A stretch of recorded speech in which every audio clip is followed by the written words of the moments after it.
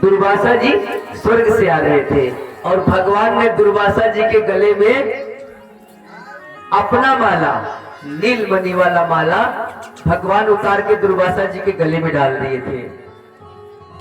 अब दुर्वासा जी चले जा रहे हैं और सामने से इंद्र भगवान हाथी पर चढ़ के आ रहे थे। दुर्वासा जी सोचे कि इंद्र ये देवता का स्वामी है, इस माला को हम इंद्र को दे देते हैं। और दुर्वासा जी ने उस माला को निकाला, इंद्र के गले में डाल दी और चलने लगे। थोड़ी देर जब दुर्वासा जी गए तो सोचे कि जरा पीछे घूम के देखते हैं ये माला इंद्र के गले में कैसी लग रही है। इंद्र ने उस माला को निकाला कि भगवान के गले का माला दुर्वासा जी के गले में गया और ये झूठा माला मेरे गले में, इस माला को मैं नहीं पहनूंगा। हाथी के गले में इंद्र पहना दिया और हाथी ने उस माले को निकाला और अपने पैर से उस माले को रोंद करके तोड़ दिया और दुर्वासा की नजर पड़ गई। दुर्वासा को बड़ा तकलीफ हुआ। बोले, अहंकारी इंद्र, भगवान के माला का तूने अपमान किया है, एक संत का अपमान किया है। जा, मैं तुझे श्राप देता हूं कि तू स्त्रीहीन हो जा। अब स्वर्ग की सारी संपत्ति खत्म हो गई। शुक्राचार्य को पता चला कि दुर्वासा जी इंद्र को श्राप दे दिए हैं स्त्रीहीन का। बलि से बोले, बलि अच्छा मौका है, आक्रमण कर दो स्वर्ग पर, स्वर्ग को कब्जा कर लो। अब स्वर्ग को बलि ने कब्जा कर लिया, दैत्यों का राजा बलि। अब इंद्र की माता अदिति, दिति जो थी वो दैत्यों की माता थी और अदिति जो थी वो देवताओं की माता थी। और दोनों कश्यप ऋषि की पत्नी थी। बाप एक, कश्यप की 2-4-10 पत्नियां थी जिसमें दिति और अदिति, एक दैत्य की माता, एक देवता की माता और पिता एक। अब अदिति मैया अपने पति के पास गई कि हमारे बेटे वन वन भटक रहे हैं, सरकार कुछ करो। तब कश्यप ऋषि ने अदिति को एक व्रत बतलाया कि अदिति, तुझे एक पुत्र होगा और वही पुत्र देवताओं को राज्य दिला सकता है। एक व्रत तुझे करना पड़ेगा। फागुन महीना में शुक्ल पक्ष में 12 दिन तक गाय का दूध पी करके यदि ओम नमः भगवते वासुदेवाय का जप करो तो तुझे बहुत अच्छे संतान की प्राप्ति होगी और वही संतान बलि को स्वर्ग से हटाएगा और देवताओं को राज्य मिल जाएगा।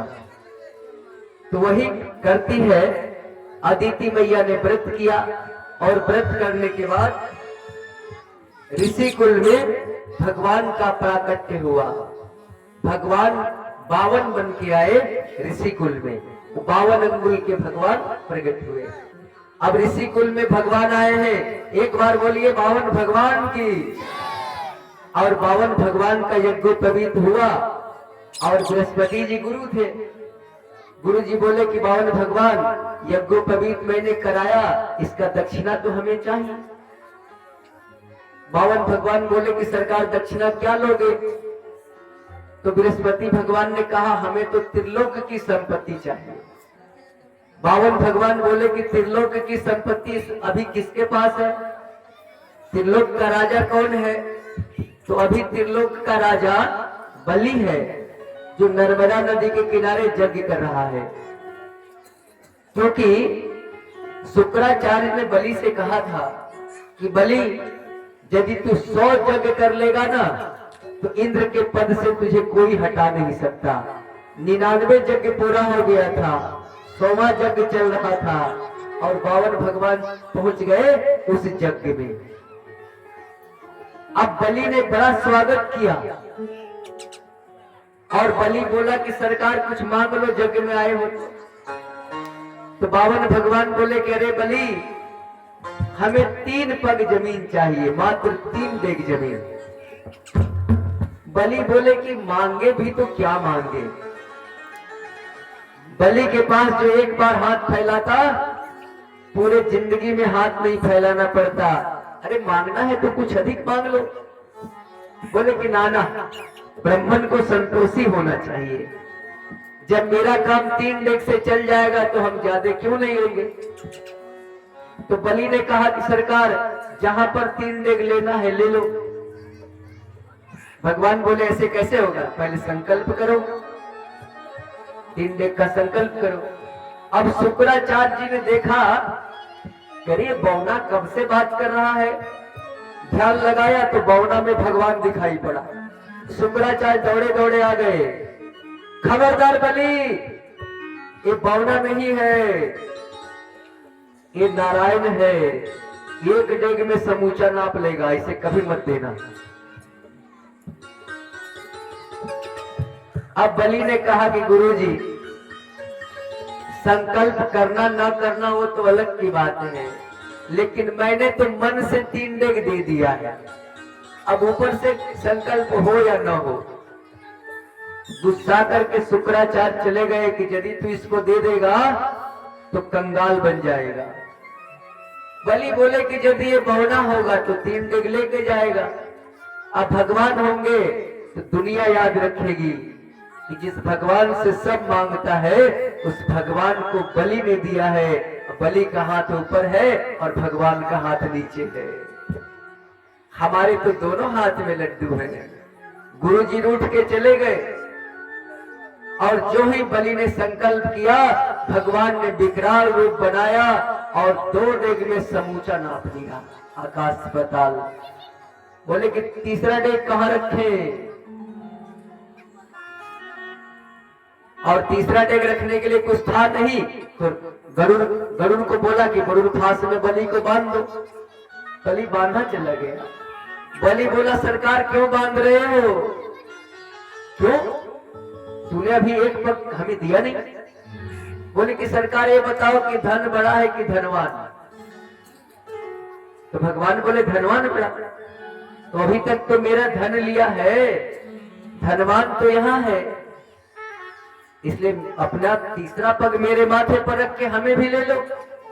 और उस तरह से भगवान ने 3 पग पूरा किया।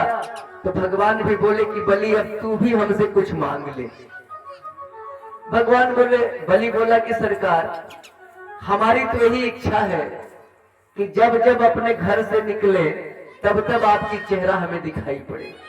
अच्छा, इसका मतलब तू हमें चौकीदार बनाना चाहता है। बलि बोले कि हम तो अपनी इच्छा कह दी, अब आपकी जो मर्जी। भगवान बोले जाओ, हम तुम्हें सुतल लोक का राज्य देते हैं। सुतल लोक, अगले मनवंतर में तू ही इंद्र होगा और चलो हम तेरे पहरेदार बन के रहेंगे। और आगे आगे बलि, पीछे से भगवान चले गए। और इधर नारद जी चले गए लक्ष्मी मैया के पास कि लक्ष्मी मैया, आपके पति जी विदेश नौकरी करने चले गए। हाँ, क्या बोले नारद? अरे हाँ मैया, ये माला झोली लो, भगवान का नाम जपो, अब आपके पति विदेश चले गए। अरे नारद जी साफ साफ बोलो। तो बलि के पहरेदार बन गए हैं। नारद जी कोई उपाय बताओ कि हमारा पति हमें मिल जाए। तो नारद जी बोले कि बलि को बहन नहीं है, सावन का महीना आने वाला है, राखी बांध दो और बदले में अपने पति को मांग लो। लक्ष्मी मैया चली गई सुतल लोक, एक गरीब औरत बनके, फटी साड़ी पहन के। जिधर से बलि आ रहा था उसी रोड पर बैठ करके रोने लगी। बलि बोला कि बहन क्यों रोती हो, क्या करे, मेरे पास भाई नहीं है, जब जब राखी आती है तो मैं रोती हूँ। अरे बहन चलो, अब से तू मेरी बहन, मैं तेरा भाई। राखी पूर्णिमा के दिन तू हमें राखी बांध देना। आगे आगे बलि, पीछे पीछे लक्ष्मी मैया। अब दरवाजे पर भगवान पहरेदार। भगवान ने लक्ष्मी मैया को देखा तो भगवान कुछ बोलना चाहे, तब तक लक्ष्मी मैया ने इशारा कर दी, चुप रहो नहीं तो मामला बिगड़ जाएगा। अब लक्ष्मी मैया अंदर चली गई। राखी का दिन आया, बलि को राखी बांधी लक्ष्मी मैया। बलि बोला कि बहन मांग ले, क्या चाहिए? तो लक्ष्मी मैया बोली कि भैया पहले संकल्प करो तब मांगेंगे। बलि सतर्क हो गए, बोली कि अरे बहन संकल्प के चक्कर में हमें मत डाल, अभी अभी संकल्प के चक्कर में हम पड़ के आए। अच्छा भैया ये बता, जो मांगूंगी मिलेगा? हाँ वचन देता हूं, मांगो। तो भैया हमारे पास सब कुछ है, सब कुछ, एक चौकीदार नहीं है दरवाजा पर रहने वाला, अपने चौकीदार को दे दो, अपने पहरेदार को दे दो। बलि समझ गया, बोला कि बहन कौन हो तुम, असली रूप में आ जाओ। अब तो लक्ष्मी मैया शर्मा गई और अपने असली रूप में आ गई।